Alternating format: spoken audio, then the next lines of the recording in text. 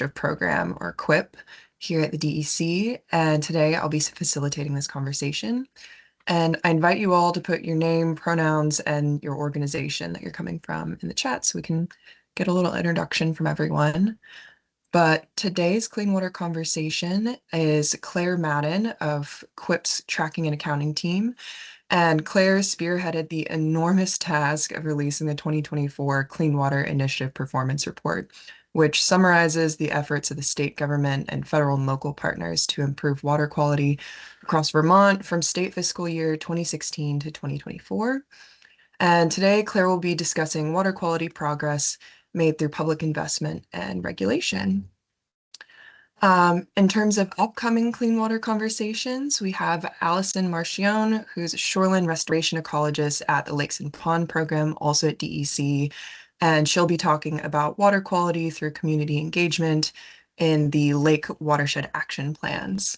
And so the link to register can be found on the Clean Water Initiative Program website and will be added to this chat. And just some final things in terms of what our conversation is going to look like today. I'm sure you've all been to a webinar before, but just so you know what's coming up, we'll begin with a 45-minute presentation from Claire, followed by a 15-minute Q&A. And you can write your questions in the chat at any time, and I can read them aloud during the Q&A session. Or if you'd rather ask Claire questions directly, please use the hand raise feature and hold all of your questions till after the presentation. And this conversation is going to be recorded and will be made available on YouTube, and slides are available upon request. And I'm going to hit record right now. Oh, it's already I gone. already hit it for you, Sloan. Thank you. And with that, I will turn it over to Claire. Thank you, Sloan. Get my screen share here. Thanks everybody for joining us today. As Sloan said, my name is Claire Madden. I use she, her pronouns. I'm the Tracking and Accounting Supervisor for the Clean Water Initiative Program, and I'm excited to be here with all of you. The Clean Water Initiative Program was housed within the Water Investment Division of the Department of Environmental Conservation at Vermont's Agency of Natural Resources, and we have a three-part mission: to align and coordinate statewide clean water efforts, to develop financial and technical resources to complete clean water work, and to capture, assess, and communicate the progress and impact of clean water work. The Clean Water Initiative Annual Performance Report is a primary function of the third piece of our mission. It helps to provide accountability and transparency on state investments in clean water and how those state investments are contributing to our progress on reaching water quality goals. Vermont prioritizes the protection and restoration of water quality for a lot of reasons. We rely on clean water as a source of drinking water to support recreation, tourism, and local economies, for aesthetic and quality of life values, and for habitat and ecosystem preservation. And for the most part, we're lucky to benefit from clean and healthy lakes, rivers, and streams across the state. However, there's some water bodies in the state that aren't at their optimal quality, and water quality impacts in Vermont are often a result of excess sediment and nutrients like phosphorus and nitrogen within the ecosystem. An overabundance of sediment and nutrients in our waterways can lead to undesirable water quality impacts, one of which is cyanobacteria or blue-green algae blooms, which may be familiar to many of you on the call today. Cyanobacteria blooms can impact people, animals, and the environment, and in some cases are toxic. Vermont has water quality restoration plans called Total Maximum Daily Loads, or TMDLs, that outline the amount of a pollutant that a water body can receive while still meeting the state's water quality standards. You can think of a TMDL like a clean water budget. The map on the left side of the screen shows the spatial coverage of the state's large-scale TMDLs. The Lake Champlain Basin is shown in dark green in the western part of the state, and the Lake Memphremagog Basin is shown in light green up in the Northeast Kingdom of Vermont. Both Lake Champlain and Lake Memphremagog are impaired for phosphorus and have TMDLs to address phosphorus imbalances in those systems. The Connecticut River drainage, which is shown on the eastern side of the state in blue on the map, is part of a 5-state Long Island Sound TMDL for nitrogen. The Long Island Sound is impaired for nitrogen, and the Connecticut River drains directly to the Long Island Sound. So Vermont, alongside New Hampshire, Massachusetts, Connecticut, and New York are all party to TMDL to address nitrogen imbalances in the Long Island Sound. The black lines on the map, the smaller black lines on the map, show the 15 tactical planning basins in Vermont. The state uses the tactical basin planning process to identify sources of water quality issues and then prioritize actions to address those issues in order to maintain watershed health. I'll get into a little bit more detail on tactical basin planning in a couple of slides. To start off with some background, in 2015, the Vermont State Legislature passed Act 64, also known as Vermont's Clean Water Act, which was prompted in large part by requirements from the Federal Environmental Protection Agency to address phosphorus imbalances across the state and to meet the state's obligations to restore water quality in Lake Champlain. The act did many things. Among them, it set up expanded systems of regulation and enforcement for non-point sources of water pollution. It established the Clean Water Fund to provide a financial mechanism to accomplish the work of protecting and restoring waters of Vermont against degradation. And it initiated an accountability and transparency requirements to track, account, and report on the progress of water quality improvements that are supported through state investments. A few years later, in 2019, the state legislature passed the Clean Water Service Delivery Act, or Act 76, and that built on Act 64 by establishing a long-term clean water funding source with revised clean water priorities. It also restructured the administration and implementation of some clean water funding programs in the state in order to allow for regionalized administration of funding to support the scaling of investments across the state. And the Act established 4 new grant programs. Water quality restoration formula grants are administered by regional clean water service providers operating in the river basins that drain to Lake Champlain and Lake Memphremagog. And administration of these funds is guided by phosphorus reduction targets. Water quality enhancement grants are available to support clean water work statewide and are focused on supporting projects that not only provide water quality improvements, but also support ecosystem restoration and preservation and increased public access. Developed lands implementation grants are available to support regulated entities in meeting permit requirements, particularly stormwater permits driven by Vermont's 3-acre rule. And municipal stormwater implementation grants are going to support municipalities in meeting regulatory stormwater requirements, including the Municipal Roads General Permit and the Municipal Separate Storm Sewer System Permit, or MS4 permit.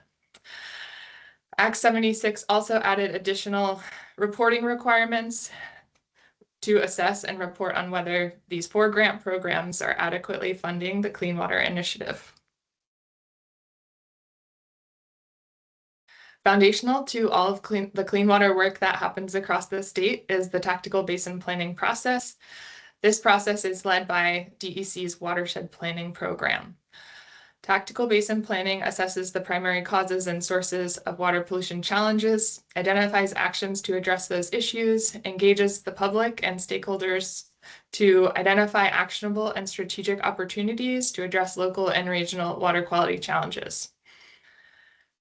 Tactical basin plans provide a roadmap to our network of clean water partners across the state to engage in and act on clean water opportunities that have been prioritized, have funding support, and have technical resources available to support implementation. Planning occurs on a 5-year rotating cycle, so each tactical basin plan uses an adaptive management approach to assess progress, identify gaps, and establish strategies to further clean water work in the state.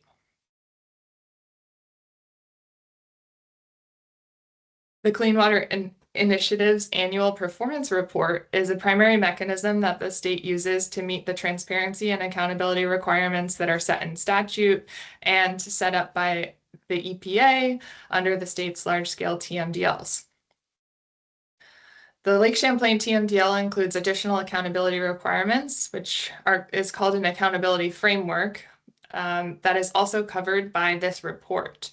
The accountability framework establishes a 5-year cycle of TMDL implementation plans, which are the tactical basin plans for the watersheds that are draining to the Lake Champlain and Lake Memphremagog basins, and also requires interim progress reports and final reports at the river basin scale on a 5-year rotating cycle. So we report out on statewide investments and large-scale TMDL progress in terms of pollution reductions achieved, and also report at the basin scale on the extent of implementing specific strategies that have been designed to address water quality challenges.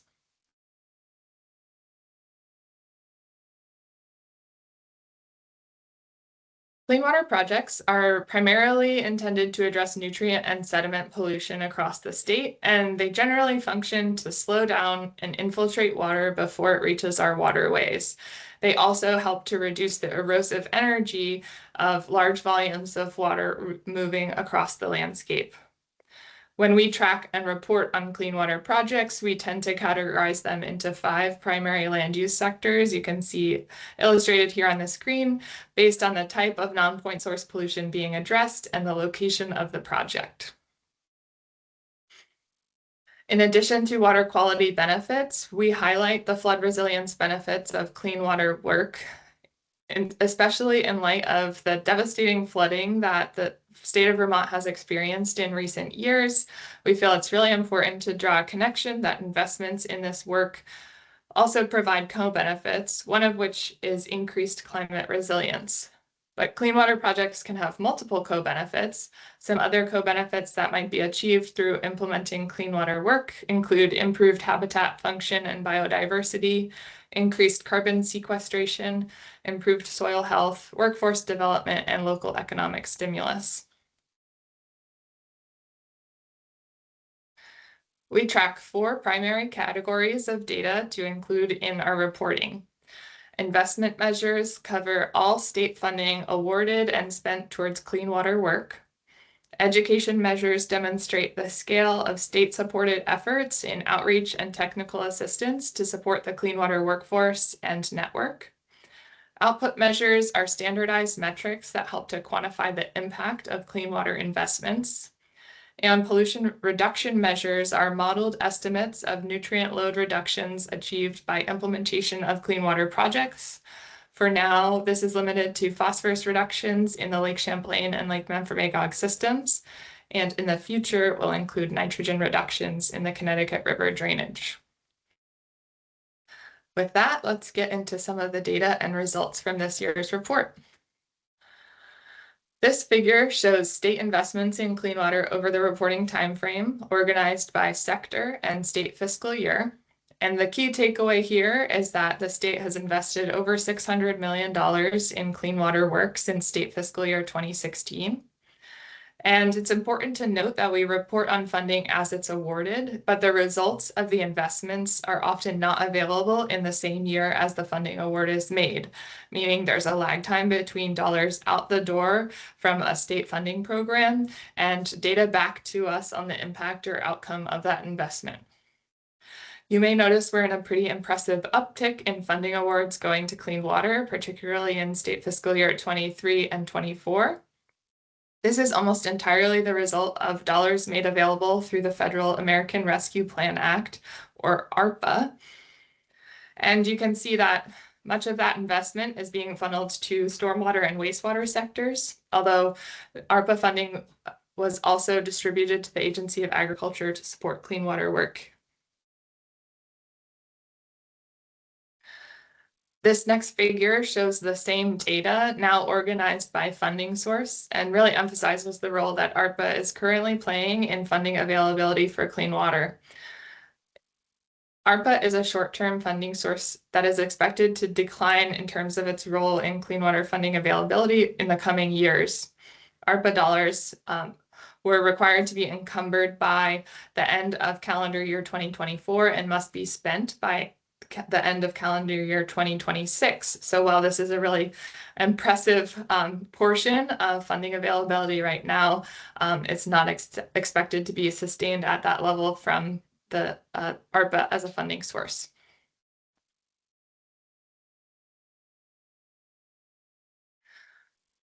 All right, this slide shares just one output metric from each land use sector. I pulled this from several dozen that we track and report on, all of which are available in the full report.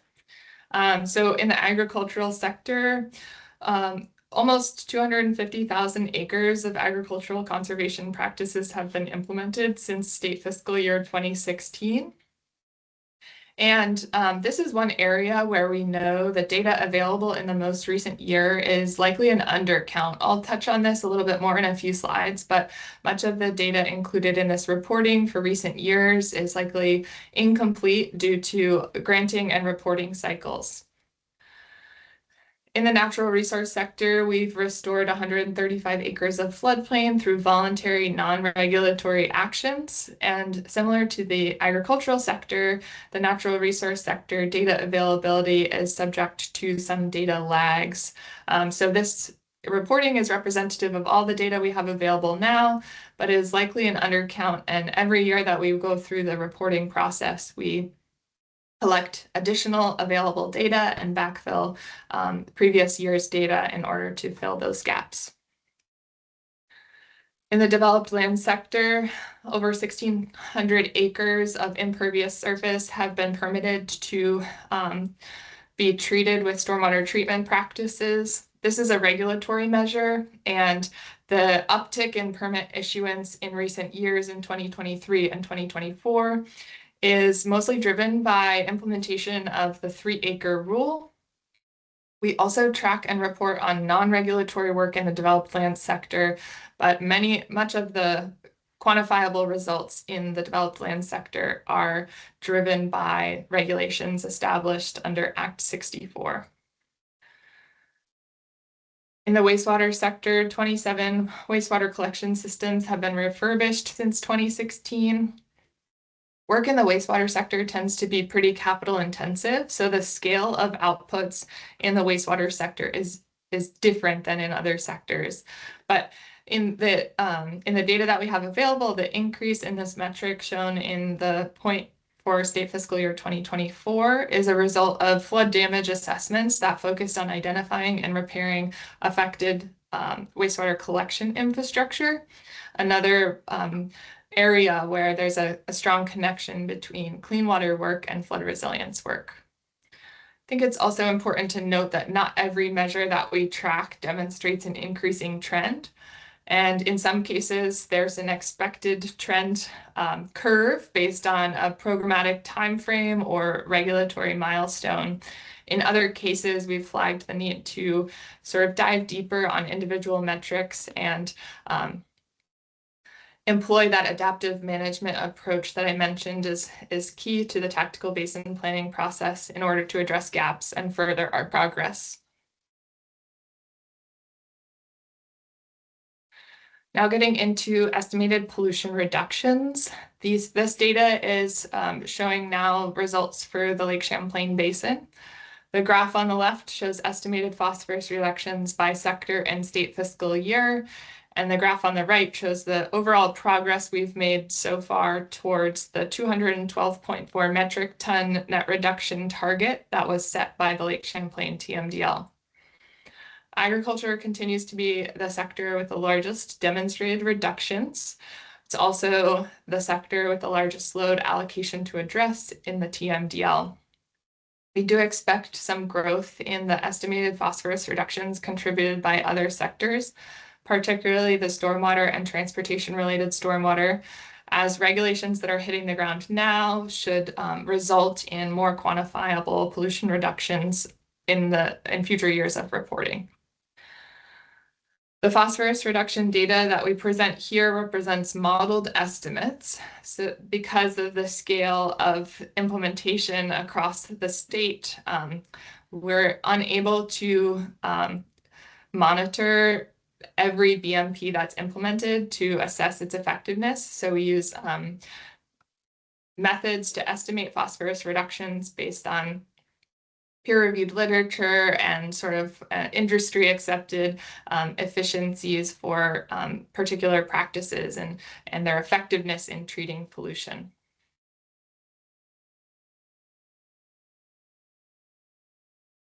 This slide now shows the same data set, but for the Memphremagog Basin. Again, showing estimated phosphorus reductions by sector and state fiscal year on the left side, and overall progress towards the 15.2 metric ton reduction required by the Lake Memphremagog TMDL on the right side of the screen. We're about 17% of the way towards reaching the TMDL in the Memphremagog Basin. And last data slide for the day, I promise.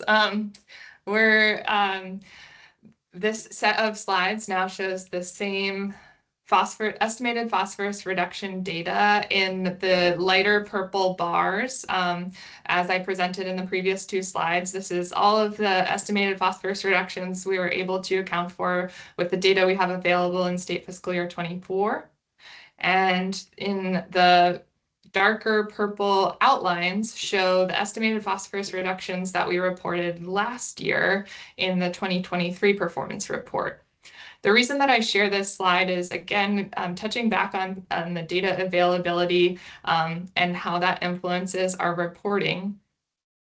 You'll notice if you look at just the bars for state fiscal year 2023, last year in 2023, we reported phosphorus reductions based on the information we had available at the time of reporting. This year, our data collection process allowed for some backfilling of previously reported data and increased the estimated phosphorus reductions that we're able to report as achieved for state fiscal year 2023.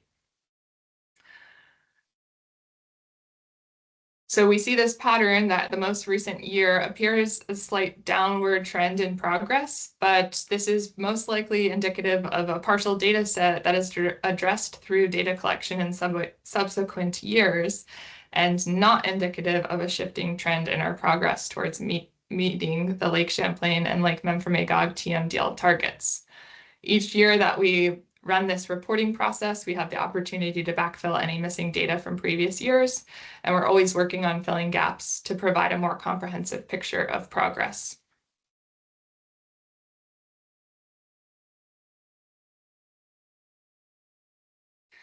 If you're interested in seeing more data or viewing data at different spatial scales or by sector, the Clean Water Interactive Dashboard houses all of the data that's compiled to support this reporting process and is a great tool to engage with and interact with the data. The QR code should work, and we'll provide a link in the chat at the end of the presentation as well.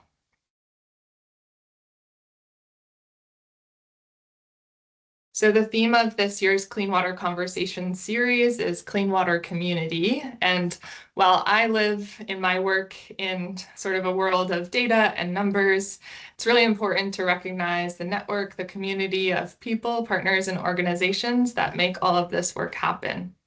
As part of our reporting efforts, we collect data from the Agency of Administration, the Agency of Commerce and Community Development, the Agency of Agriculture, Food and Markets, the Agency of Natural Resources, and the Agency of Transportation, as well as the Lake Champlain Basin Program, USDA Natural Resource Conservation Service, and Vermont Housing and Conservation Board. And that encompasses over 50 programs that are administered by state agencies, federal partners, and affiliates that support a huge range of clean water work across scales, sectors, and geographies of the state. And all of the successes that we're able to capture in this annual reporting are thanks to the diverse network of professionals that are doing this impactful work on the ground. So to highlight some of that work, I'm going to spend the rest of the time sharing a few project highlights that really demonstrate what this work looks like. The picture on the left side of the screen shows a filter strip that was implemented in the Lake Memphremagog Basin on an agricultural field that borders surface water. You can see the tree line here is actually a stream running through these two fields. The filter strip was installed to help capture soil and nutrient runoff to prevent it from entering the stream. Filter strips are a really effective way to protect water quality, and this project was supported through the Agency of Agriculture's Grassed Waterway and Filter Strip Program in collaboration with the Orleans County Natural Resource Conservation District. The picture on the right shows a barnyard improvement and cover that was installed through Agency of Agriculture's Best Management Practice Program. This cover helps to reduce agricultural runoff to an adjacent stream from the farm's outdoor livestock area and is located in the Connecticut River drainage. Farms that are certified organic under the National Organic Program certification standards are required to ensure livestock have access to the outdoors every day. But animals outside in an uncovered space represent a water quality challenge. So by covering areas of outdoor access for animals, it helps to prevent rainwater from mixing with animal waste, which can be an effective tool to reduce runoff and help support protection of water quality from farming operations.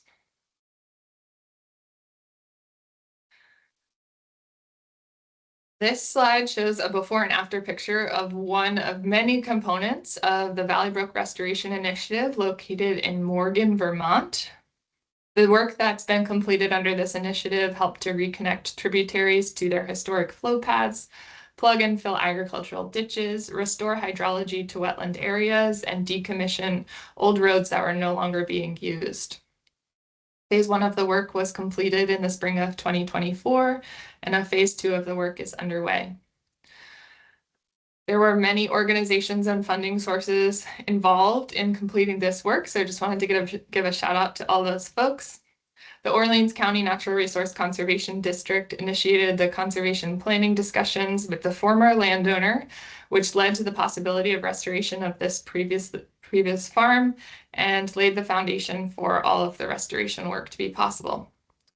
The Memphremagog Watershed Association worked in partnership with the Vermont Department of Fish and Wildlife, Department of Environmental Conservation, Agency of Agriculture, Food and Markets, as well as the Nature Conservancy to plan and implement this work, and had help from the Northwood Stewardship Center.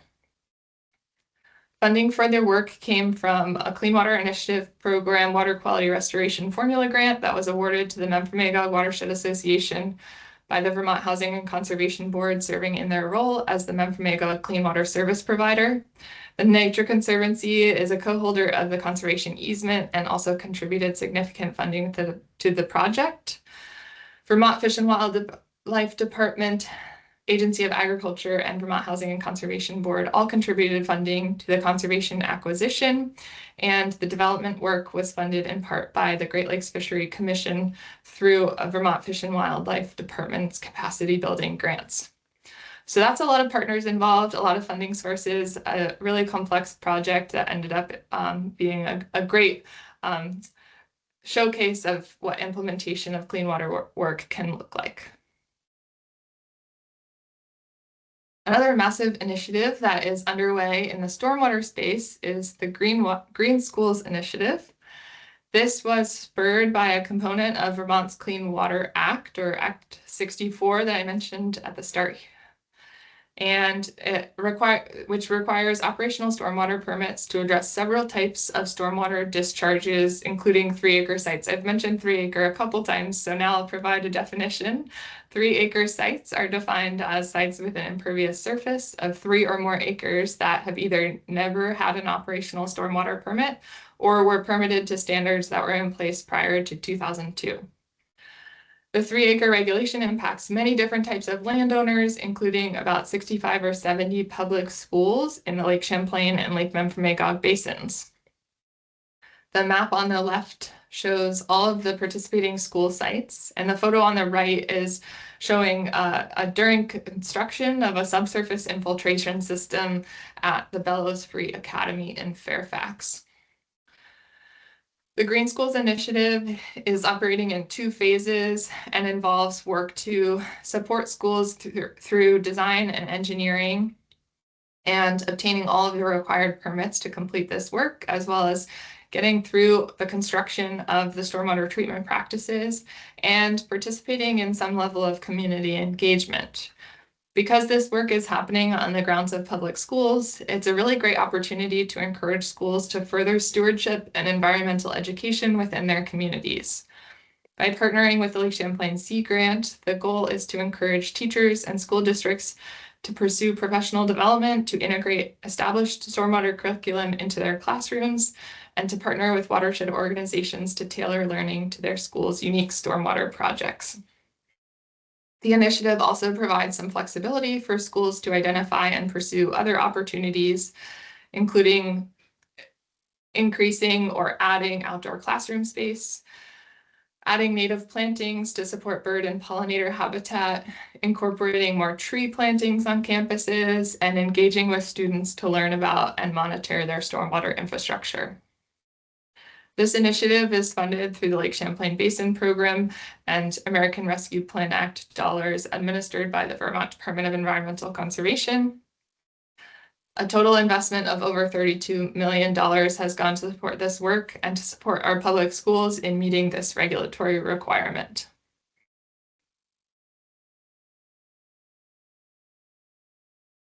Supporting our network of clean water partners includes providing opportunities for education, outreach, and technical assistance. So a couple examples of those types of opportunities are pictured on the slide now. The photo on the far left shows an event co-hosted by the Clean Water Initiative program and Lake Champlain Sea Grant, a verification field day that occurred in October of 2024. Shout out to Rachel Wood for helping to organize this one. The purpose of the event was to train certified verifiers on the process and tools needed to verify the functionality of clean water projects. There were over 20 participants that attended the training, and the group visited 2 different clean water projects, a gravel wetland in South Burlington and a riparian buffer planting in Richmond. In smaller groups, participants in the training worked together to answer questions in an ArcGIS Survey 123 field app checklist to evaluate the condition and function of each project and identify necessary maintenance tasks in order to discuss with the larger group. The photo in the middle shows partners and volunteers who helped to plant 10 new trees at North Branch Nature Center in Montpelier. This project was funded through American Rescue Plan Act. The funds allocated to the Vermont Urban and Community Forestry Program were subawarded to Chittenden County Regional Planning Commission to coordinate a block grant, and the North Branch Nature Center was one recipient of the first round of funding for community tree planting grants. And on the right side of the screen, this shows Vermont's Urban and Community Forestry Program's urban forester Adam McCullough demonstrating proper tree planting on the Vermont State University's Randolph campus for an audience of the program's annual Urban and Community Forestry Conference that was held in May 2024.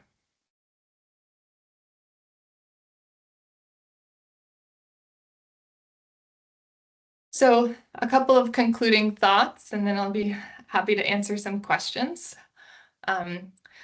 We're doing a lot of impactful work towards improving and restoring water quality across the state. And some of that work may be underrepresented in the data that we have available and are able to quantify in the reporting.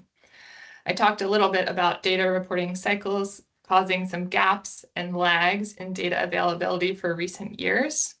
We also have lots of money going out the door, which will take a few years before we're able to quantify the impacts of those investments.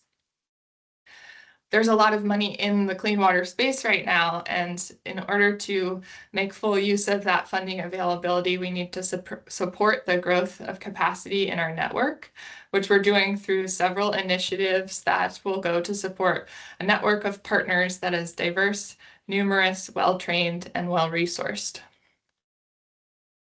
State programs that were designed under Vermont's Clean Water Act are really hitting the ground now in terms of regulatory implementation, with meaningful results expected to be reflected in reporting in the coming years. And funding programs are shifting to structures that rely on regional partners to manage and administer funding of individual projects. The transition to regional administration of some clean water funding programs is anticipated to empower community partners and increase the impact of clean water investments. However, this represents a learning curve for a lot of folks acting in a new capacity across the state, and scaling of investments will take some time in order for the clean water workforce to catch expanded capacity and implement this work. We're continuing to expand the implementation of the tracking and accounting systems that we use to capture the results of clean water efforts. Enhanced tracking and reporting will provide a more complete picture of progress on the ground, and we take an adaptive management approach across our partner agencies. Using the data that's compiled and presented in this report helps to identify gaps, inform planning, and identify priority areas for programmatic development. The state has established a broad suite of clean water programs designed to restore, enhance, and protect water quality in order to meet our state's water quality goals. And we're fortunate that many of these practices that are being implemented to improve water quality also provide the added benefit of flood resilience that will help the state navigate the impacts of a changing climate. But we really couldn't do any of this work without the invaluable efforts of the clean water community. Building, supporting, and empowering them is crucial to our shared progress.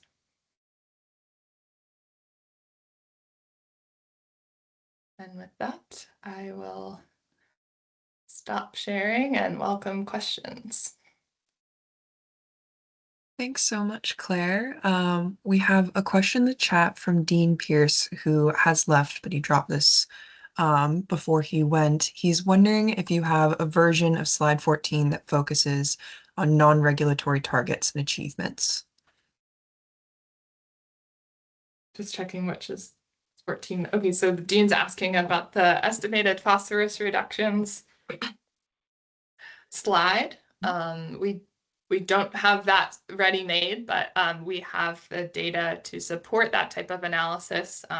It's a great recommendation, and we'll look to include that in future versions of our reporting. Mm-hmm.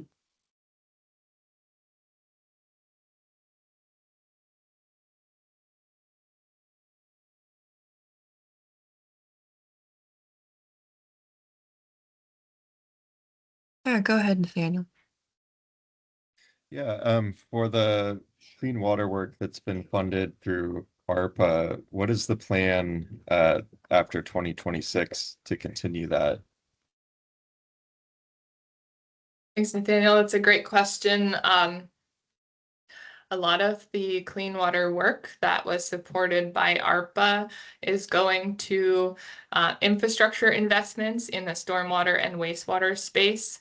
And depending on the funding program, the plan is a little different, but I will say across the board, folks that are building programs supported by ARPA dollars have been very intentional in ensuring continued support for those programs following the end of ARPA availability. So in some cases that might look like switching to a financing structure to support some of the regulatory requirements under the 3-acre rule, for example. In other cases, there might be other funding sources that would be available to fill in and support continued progress in those spaces, like the Clean Water State Revolving Fund. So it depends a little bit on the initiative that's being funded, but there is a lot of intentionality going to ensure that that short-term availability is followed up by other types of funding to support continuation of the work. I hope that answers your question. Yeah, thank you.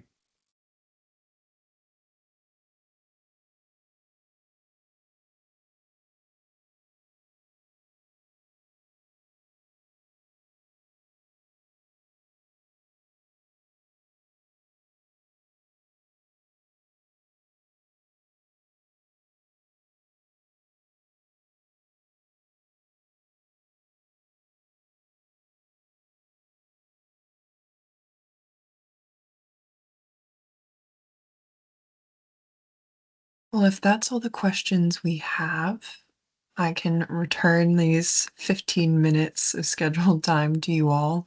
But just the last call, is there any last questions for Claire? Okay. Well, thank you all again so much for coming. And Rachel has dropped in the chat a feedback survey. I would so appreciate if you filled that out for us. And again, this will be available on YouTube. And if you would like any of the slides, please feel free to send me an email. And the interactive dashboard and the full report are in the chat. But please subscribe to our newsletter if you would like to hear of any more clean water conversations that are coming this year. All right. Well, thank you all. Have a great day. Thank you. Bye.